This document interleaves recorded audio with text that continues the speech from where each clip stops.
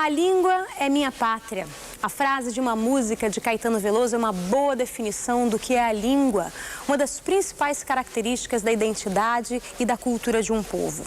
E como a língua está sempre em evolução, é importante registrar permanentemente essas mudanças. Foi o que fez Aurélio Buarque de Holanda, um homem apaixonado pelas palavras. O centenário de Aurélio Buarque de Holanda é o tema de hoje do Sala de Notícias.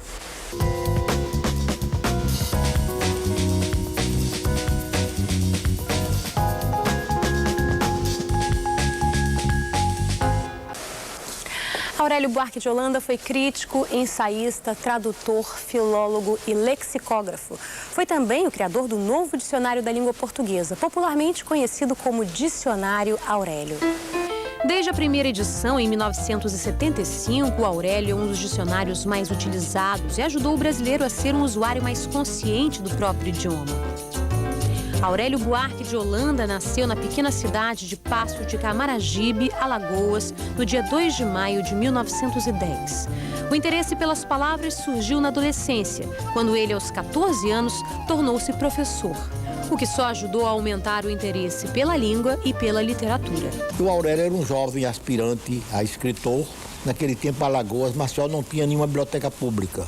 De modo que ele foi encarregado pelo interventor federal daquela época, era em 1938, para organizar uma biblioteca pública.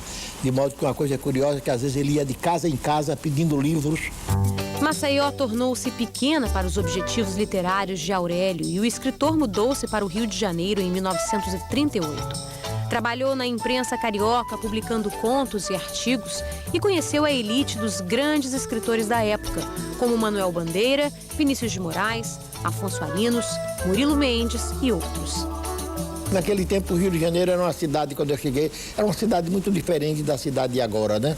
Era durante a guerra, né? O Rio estava cheio, invadido por alguns estrangeiros, muitos estrangeiros, e havia uma vida social muito intensa. E depois ele foi convidado por uma editora, a Editora Civilização Brasileira, para, vamos dizer, participar, para crescer um dicionário que havia aí, que era do Gustavo Barroso e Manuel Bandeira, parece, né? Ele então começou foi o início da carreira dele como dicionarista. Nasceu nele o sonho, o desejo de ser um dicionarista, de fazer um dicionário. Na efervescência cultural e literária do Rio de Janeiro, o escritor Aurélio conheceu a jovem Marina Berdi. Além de esposa e mãe de seus 2 filhos, Dona Marina foi assistente dele nos trabalhos de tradução e depois no novo dicionário da língua portuguesa. Ele conheceu a Marina em Santa Teresa, no hotel, parece que foi até o Paulo Ronda que morava nesse hotel que apresentou. Ele se apaixonou por esta moça e casou, foi um casamento feliz, né? Uma vida muito bonita. Já noiva, eu passei a ser assistente dele, ajudá-lo e fazer revisões dos livros que ele estava trabalhando, né? E depois comecei a trabalhar com ele. Quando veio o dicionário, aí sim eu fui assistente dele. O Aurélio tinha o escritório dele.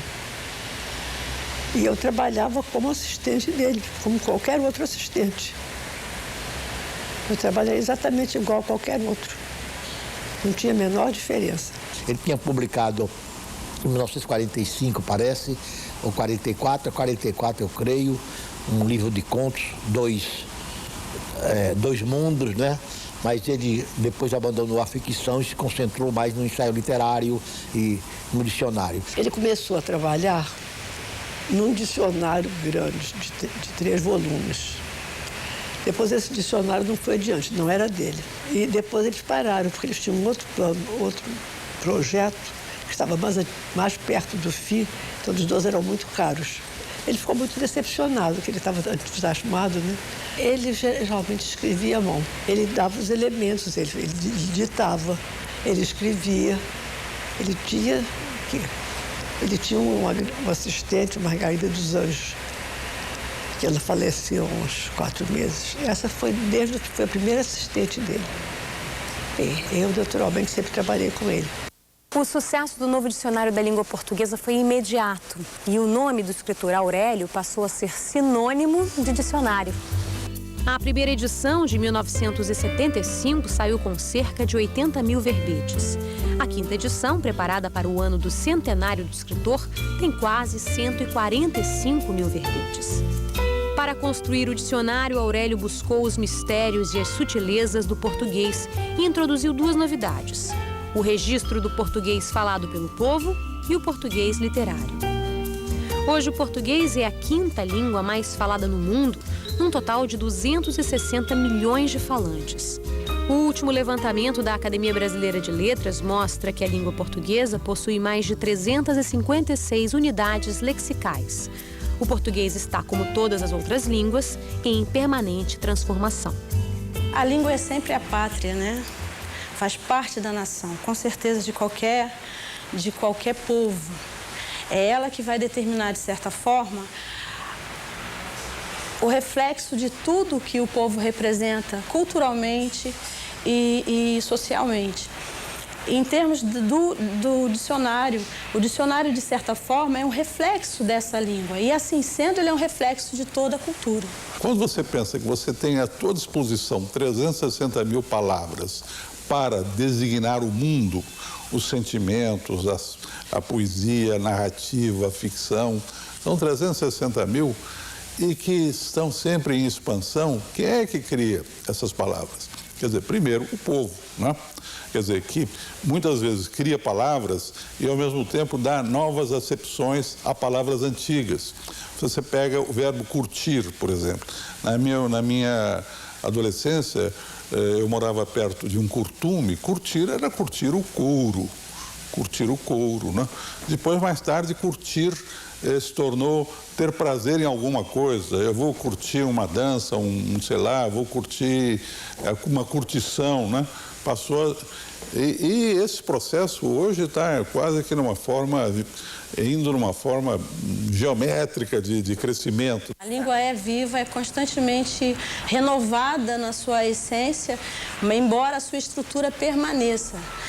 A parte lexical da língua ela é muito dinâmica, ou seja, as palavras, locuções e tudo mais, elas não só surgem novas palavras, como outras palavras ganham, antigas palavras já usadas na língua, ganham novos significados. Isso acontece o tempo todo. Uma palavra pode perder um significado e adquire outro. Isso é o uso que vai determinar. Lá no Nordeste se diz uma coisa, no Sul se diz outra, mas isso tudo faz parte do tesouro léxico brasileiro. Então, o dicionarista, o lexicógrafo e o lexicólogo também, que estuda esse processo, né, tem que ter o quê? Essa vocação de quase que caçador de borboletas, né? Palavras que vão surgindo aqui e ali. A busca da palavra, a busca do conhecimento é sempre um trabalho de aquisição. E com isso é sempre um trabalho de conquista, de você ir, buscar, trazer de novo, até alcançar um modelo a ser constituído. O novo dicionário da língua portuguesa mostra toda a diversidade linguística do Brasil. Uma língua românica que se originou do latim vulgar e já era falada na parte ocidental da Península Ibérica há cerca de 2000 anos. Mas o idioma só se espalhou pelo Novo Mundo e chegou ao Extremo Oriente quando Portugal tornou-se um império colonial e comercial entre os séculos XV e XVI. Uma língua que é hoje a nossa pátria.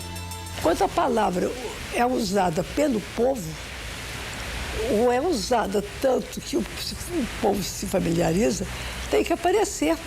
Porque amanhã você vai ler um jornalista que diz, quem não se comunica, se trumbica, que diabo é trumbicar? Está lá o dicionário, para você ver que o dicionário é o repositório também desses termos, né? Termos vivos. E quanto tempo Chacrinha viveu e repetiu isso? Cada obra tem um objetivo, serve a um objetivo traçado pelo seu autor. E, normalmente, isso tem muito a ver também com o público-alvo a que se destina. No caso do dicionário Aurélio, o dicionário Grande Aurélio, né, o maior da família, ele é um dicionário híbrido. Ou seja, ele é um dicionário tanto descritivo, ele descreve a língua, ele faz uma fotografia, digamos assim, grosso modo. Ele faz uma fotografia da língua, mas ele também é normativo, ou seja, ele de certa forma prescreve, muitas vezes, aquilo que pode ser usado da melhor forma possível. O fenômeno foi a partir de 1974, para grande surpresa dele também, que continuou se julgando um dicionarista e um professor o resto da vida, né? Ele nunca assumiu esse status de mito, de monstro nacional que depois foi atribuído a ele. Ele é um autodidata, né? E autor de um dicionário que, quer dizer, com a evolução, as novas edições acrescidas, etc., se tornou um dicionário clássico do povo brasileiro. O mini dicionário, com cerca de 30 mil verbetes, é a grande estrela da família de dicionários Aurélio. Só o governo federal comprou em 2 anos quase 20 milhões de exemplares. Veja a seguir a vida do professor e dicionarista Aurélio Buarque de Holanda. O Sala de Notícias volta já.